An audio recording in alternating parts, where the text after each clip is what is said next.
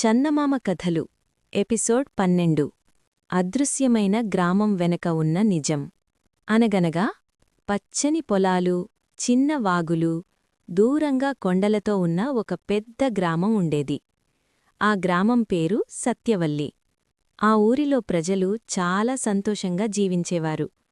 రైతులు పొలాల్లో పనిచేసేవారు, కాపరులు పశువులను మేపేవారు, పిల్లలు వాగు దగ్గర ఆడుకునేవారు. సత్యవల్లి గ్రామం నుంచి కొంత దూరంలో ఒక పాత గ్రామం ఉండేది.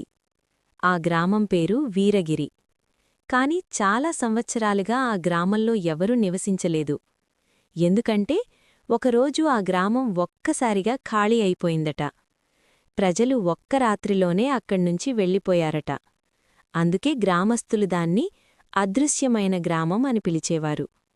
ఆ గ్రామం గురించి ఎన్నో కథలున్నాయి. కొంతమంది అది శాపగ్రస్తమని అనేవారు. మరికొందరు అక్కడ భూతాలు ఉంటాయని చెప్పేవారు. అందుకే ఎవరూ అక్కడికి వెళ్లడానికి ధైర్యం చేయరు. సత్యవల్లి గ్రామంలో ఆకాష్ అనే ఒక బాలుడు ఉండేవాడు. ఆకాష్ చాలా ధైర్యవంతుడు. అతనికి మిస్టరీలు తెలుసుకోవడమంటే చాలా ఇష్టం. ఒకరోజు సాయంత్రం గ్రామ పెద్దలు చెట్టు క్రింద కూర్చొని పాత కథలు చెబుతున్నారు. వారిలో ఒకరు ఇలా అన్నారు: వీరగిరి గ్రామం ఒకప్పుడు చాలా ధనికమైన గ్రామం. కాని ఒక్కసారిగా అక్కడి ప్రజలు వెళ్ళిపోయారు. ఆకాష్ వెంటనే అడిగాడు, ఎందుకు వెళ్ళిపోయారు? గ్రామ పెద్ద తల ఊపాడు. ఎవరికీ నిజం తెలియదు. ఆ మాటలు విన్న వెంటనే ఆకాష్ మనసులో ఒక ఆలోచన వచ్చింది. నేను ఆ గ్రామం వెళ్ళి నిజం తెలుసుకోవాలి. మరుసటి రోజు ఉదయం ఆకాష్ తన స్నేహితుడు దీపక్ను తీసుకొని వీరగిరి గ్రామం వైపు బయలుదేరాడు. వాళ్లు కొంతసేపు నడిచిన తర్వాత ఆ పాత గ్రామం దగ్గరకు చేరుకున్నారు. ఆ గ్రామం చాలా నిశ్శబ్దంగా ఉంది. పాత ఇళ్ళు, పగిలిన గోడలు, ఎండిపోయిన బావి కనిపించాయి. అది నిజంగానే చాలా సంవత్సరాలుగా ఖాళీగా ఉన్నట్లు కనిపించింది. దీపక్ కొంచెం భయపడ్డాడు. ఇక్కడికి రావడం సరియైనదేనా అని అడిగాడు. కాని ఆకాష్ ధైర్యంగా ముందుకు నడిచాడు. అతను ప్రతి ఇంటిని జాగ్రత్తగా పరిశీలించాడు. కొంతసేపటికి వాళ్లకు ఒక పాత దేవాలయం కనిపించింది. ఆ దేవాలయం ముందు ఒక రాతి శిలాఫలకం ఉంది. ఆకాష్ దానిమీద ఉన్న అక్షరాలను చదవడానికి ప్రయత్నించాడు.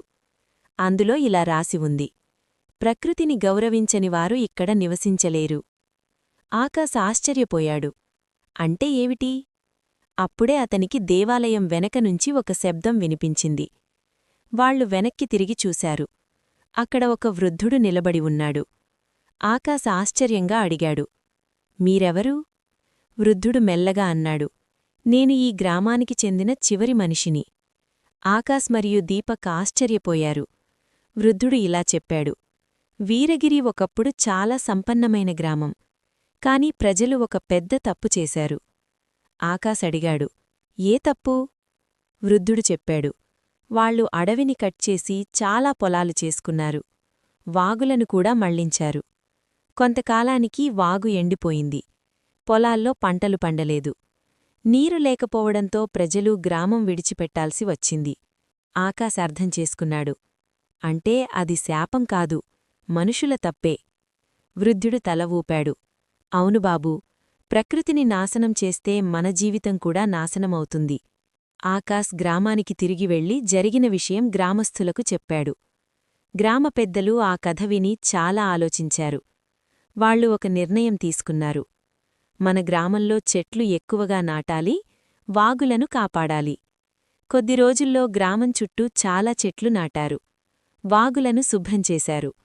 ఆకాష్ చేసిన పనివల్ల గ్రామం ఒక గొప్ప పాఠం నేర్చుకుంది. ఆ రోజునుంచి సత్యవల్లి గ్రామంలో ఒక కొత్త మాట ప్రచారమైంది: ప్రకృతిని కాపాడితేనే మన గ్రామం సురక్షితం.